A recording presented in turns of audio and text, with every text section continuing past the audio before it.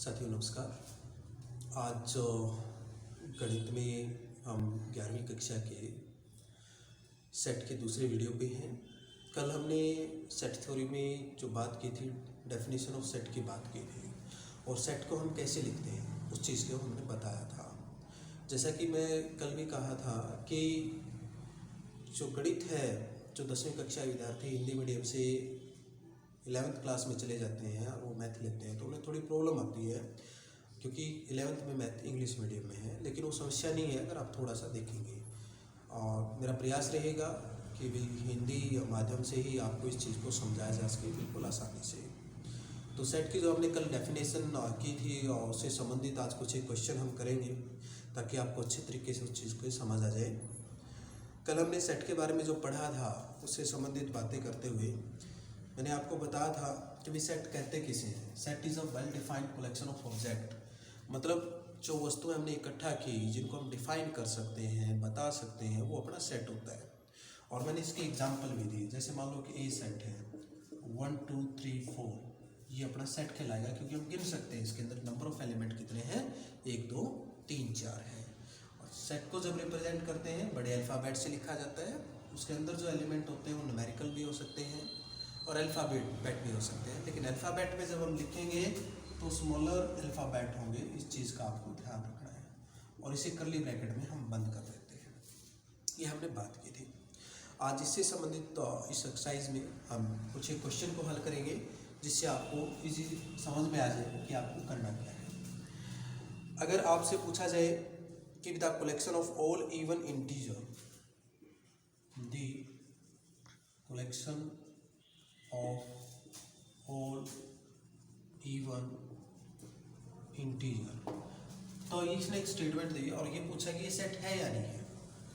The collection of all even integer, जितने भी even integer है उन सबको इकट्ठा कर लिया, उनका समूह बना लिया, तो सेट है या नहीं है।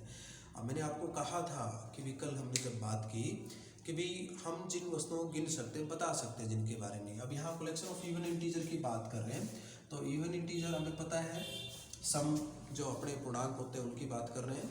तो अब जैसे 2 है, 4 है, 6 है, 8 है, 10 है, आप इनको गिन के देखेंगे। मतलब जैसे ही आगे आगे हम बढ़ते जाएंगे हमें पता है कि भाई वो संख्या लिखनी है हमें जो 2 से भाग हो रही है। 10 आया, 10 के बाद क्या आएगा, 12 आएगा, 12 के बाद क्या आएगा, 14 आएगा। मतलब कहीं जाके अगर रुक जाए, मान लो 100 आ गया, 100 अपना इवन इंटीजर है। अब अगला अंक क्या होगा इवन इंटीजर, आपसे कोई पूछे तो आप क्या बताएंगे, 102 हो गया। यानी हम बता सकते हैं इसके बारे में। ठीक है, ये आगे तक चलेगा वो अलग बात है, लेकिन हम जहाँ भी ये रुकेगा और जहाँ से हमसे पूछेगा भी क्या आएगा तो हम इसके बारे में बता सकते हैं।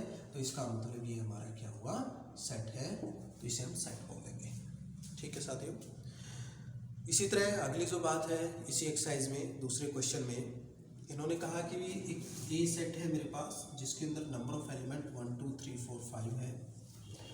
तो अब यहाँ सिंपल रिप्रेजेंट किया है इसने कि उल्टा ही है, ये ऐसे, ये इस तरह, इसे बोला जाता है बिलोंग और इसे बोला जाता है नॉट बिलोंग।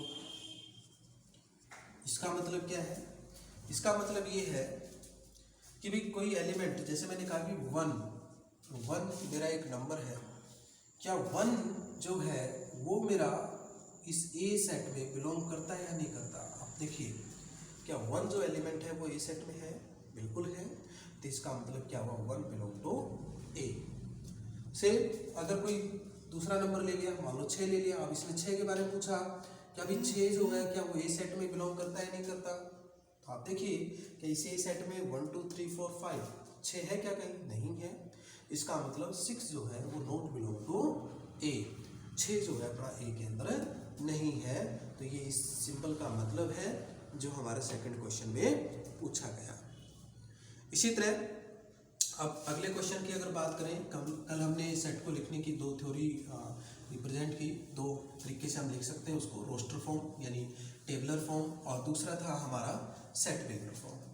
अभी तीसरा जो क्वेश्चन है इसमें, उसके अंदर इसने पूछा कि भी मान लो ए सेट है आपके पास और इसके अंदर एक एक्स एलिमेंट है।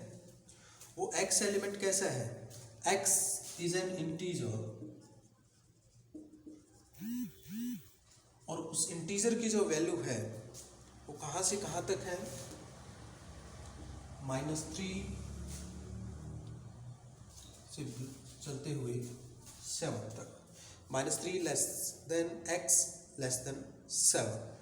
अब इसे हमें रोस्टर फॉर्म में चेंज करना है। किसे बदलना है हमें इसे, रोस्टर में, यानी टेबलर फॉर्म में। अभी ए सेट को जब हम रोस्टर में लिखते हैं तो देखिए विद्यार्थियों, x क्या है, इंटीजर है, और उसकी जो वैल्यू है, x की वैल्यू किसके बीच में लाई कर रही है, -3 और 7 के बीच में। -3 से बड़ा है, x की जो वैल्यू होगी हमें क्या लेना है, -3 से तो बड़ी लेनी है, लेकिन किससे छोटी लेनी है हमें, 7 से, स्ट्रिक्ट लेस देन, मतलब बिल्कुल 7 से छोटे होनी चाहिए। तो अब देखिए इंटीजर में -3 से बड़े और लेकिन 7 से छोटे क्या आएगा, -2, -1, 0, 1, 2, 3, 4, 5 और 6। तो ये हमने सेट बिल्डर फॉर्म से रोस्टर में इसको बदल दिया। तो इस तरीके से आप आराम से क्वेश्चन को कर सकते हैं। जुड़े रहे लगातार गणित के लिए, सब्सक्राइब करें, शेयर करें ज़्यादा से ज़्यादा। धन्यवाद।